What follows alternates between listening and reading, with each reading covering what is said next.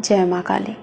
एकांत से लेकर आत्मबोध तक की यात्रा, मेरी जर्नी मैंने इस वीडियो में शेयर की है। वीडियो को पूरा देखें, चैनल को सब्सक्राइब कर लें। वीडियो पसंद आए तो लाइक भी ज़रूर करें, क्योंकि आपका साथ ही मेरी शक्ति है। और हाँ, अगर इस वीडियो के दौरान आपके मन में कोई भी प्रश्न उठता है तो मुझे कमेंट में ज़रूर पूछें, क्योंकि आपके कमेंट करने से मुझे ये पता चलता है कि मुझे किस टॉपिक पे बात करनी चाहिए। एकांत, अकेलापन एक ऐसा शब्द जिसे सुनकर यही लगता है कि समाज की वजह से ये सब कुछ है। समाज की कमी हम अपने जीवन का हिस्सा बना लेते हैं।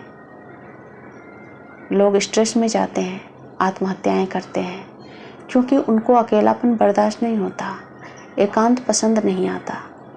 पर मैं कहती हूँ, एकांत शक्ति है। तो जब भगवान ने हमें अकेलापन दिया, एकांत दिया, तो ज़रूर कोई तो रहस्य होगा। उसी रहस्य को समझिए और अपने जीवन को बदलने की प्रक्रिया को शुरू करिए। मेरा जो बचपन था और अभी तक का जो जीवन है, मैंने हमेशा अकेलापन ही देखा है। तमाम लोग, परिवार के ढेर सारे मेंबर, फिर भी मैंने खुद को अकेला पाया। और उस अकेलेपन के रहस्य को जब जानने की कोशिश की, तब ये पाया कि मेरा जो जीवन है वो इस घर गृहस्थी में बर्बाद करने के लिए नहीं है। इस घर गृहस्थी में रहकर भी कुछ जानने के लिए है। और मैंने जाना, माँ काली को जाना, शक्तियों को जाना, सिद्धियों को जाना, कुंडलिनी को जाना। तो ये सब कुछ जो यात्रा है, जो जर्नी है, वो सब कुछ एकांत की वजह से हुआ।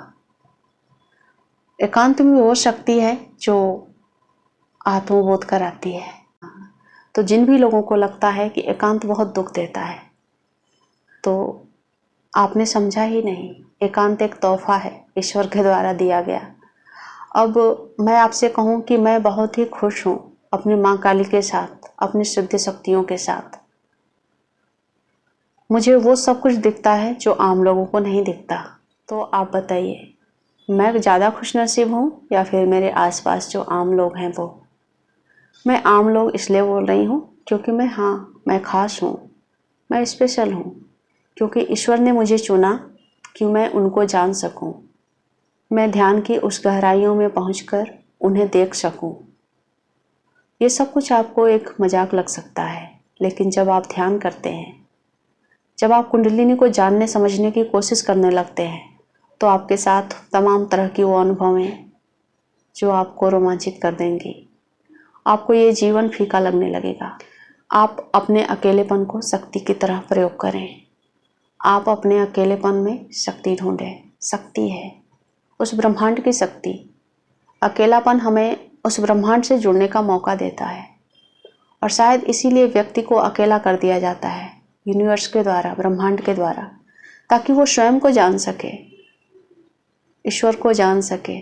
इस धरती में क्या कुछ चल रहा है, जीवन कैसे होता है, कैसे मिटता है, कैसे उत्पन्न होता है, ये सब कुछ जानने की क्षमता अकेलेपन में है, एकांत में है। ये जरूरी नहीं कि एकांत और अकेलापन लोगों से दूर रहकर पाया जाए। लोगों के बीच में रहकर भी हम एकांत और अकेलेपन को ढूंढ लेते हैं। जैसे कि मैंने अपने जीवन के बारे में बताया, मैं लोगों के बीच में रहती हूँ, पर मैं अकेली हूँ, अपनी शक्तियों के साथ हूँ, अपने ईश्वर के साथ हूँ। और मुझे ये अकेलापन बहुत अच्छा लगता है। मैं नहीं चाहती कि कोई मुझसे बातें करे, कोई मेरे आसपास भी रहे। मुझे लोगों से घुटन होती है। और जब मैं इस अकेलेपन को एंजॉय करने लगी, इसमें शक्तियों को ढूंढ लिया, तो मेरे लिए ये दुनिया पूरी तरह से फीकी लगने लगी है। तो आप भी निराश ना हो, अकेलेपन को माध्यम बनाएं ईश्वर से जुड़ने का, अपने आप से जुड़ने का।